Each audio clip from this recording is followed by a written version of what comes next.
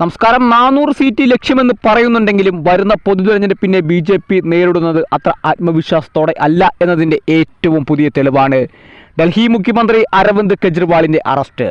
പ്രതിപക്ഷ നിരയുടെ പ്രതിച്ഛായയും ആത്മവീര്യവും ശക്തിയും ഏതു വിധേനയും ചോർത്തുക എന്ന തന്ത്രമാണ് BJPയും കേന്ദ്ര സർക്കാരും സമീപകാലത്തായി പയറ്റുന്നത്.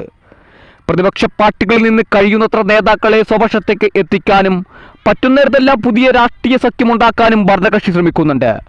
കഴിഞ്ഞ 2 മാസത്തിനിടെ അഴിമതി കേസിൽ ED അറസ്റ്റ് ചെയ്യുന്ന പ്രതിപക്ഷ ഇന്ത്യ സഖ്യത്തിലെ രണ്ടാമത്തെ മുഖ്യമന്ത്രിയാണ് കെജ്രിവാൾ.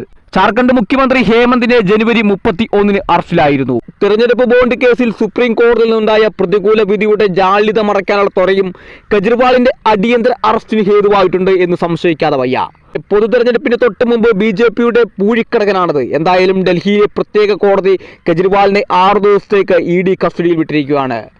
ED, CBI തുടങ്ങിയ അന്വേഷണ ഏജൻസികളെ ഉപയോഗിച്ച് പ്രതിപക്ഷ നേതാക്കളെ വേട്ടയാടുന്നത് കരവിരുതാക്കി മാറ്റിയ സർക്കാരാണ് ഇപ്പോൾ കേന്ദ്രത്തിലുള്ളത്. 2014 നരേന്ദ്രമോദിയുടെ ആദ്യ സർക്കാർ അധികാരമേറ്റത് മുതലുള്ള 10 വർഷം കൊണ്ട് 100-ലേറെ കേസുകളാണ് പ്രമുഖ രാഷ്ട്രീയ നേതാക്കളുടെ പേരിൽ ED രജിസ്റ്റർ ചെയ്തിട്ടുള്ളത്.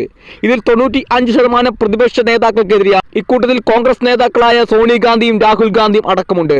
കോൺഗ്രസ് നേതൃത്വത്തിലുള്ള UPയുടെ 10 വർഷക്കാലത്ത് 2004 മുതൽ 2014 വരെ 26 നേതാക്കളുടെ പേരിൽ മാത്രമാണ് ED കേസെടുത്തത്. അതിൽ 14 പേരായിരുന്നു അന്നത്തെ പ്രതിപക്ഷത്തുള്ളവർ. ഭാവിയിൽ തങ്ങൾക്ക് വലിയ വെല്ലുവിളി ഉയർത്തിയേക്കാവുന്ന ഒരു നേതാവിനെ രാഷ്ട്രീയമായി ഇല്ലായ്മ ചെയ്യുകയാണ് BJPയുടെ ലക്ഷ്യമെന്ന് കെജ്രിവാളിനെതിരായ നീക്കത്തിൽ നിന്ന് പ്രകടമാണ്.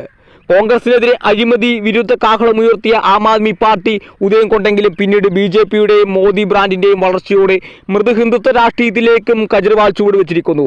കെജ്രിവാൾ തങ്ങളുടെ ശക്തി കേന്ദ്രങ്ങളിലേക്ക് സ്വാധീനം വ്യാപിപ്പിക്കുമെന്ന് BJP ഭയപ്പെട്ടിട്ട് വേണം ഈ നീക്കം. അഴിമതി വിരുദ്ധത പറയുന്ന രാഷ്ട്രീയത്തിൽ വളർന്ന മുഖ്യമന്ത്രിക്കും അദ്ദേഹത്തിന്റെ പാർട്ടിക്ക് മേൽ അഴിമതി കറതെറിപ്പിക്കുമ്പോൾ BJP ഗൂഢമായി സന്തോഷിക്കുന്നുണ്ടാകാം.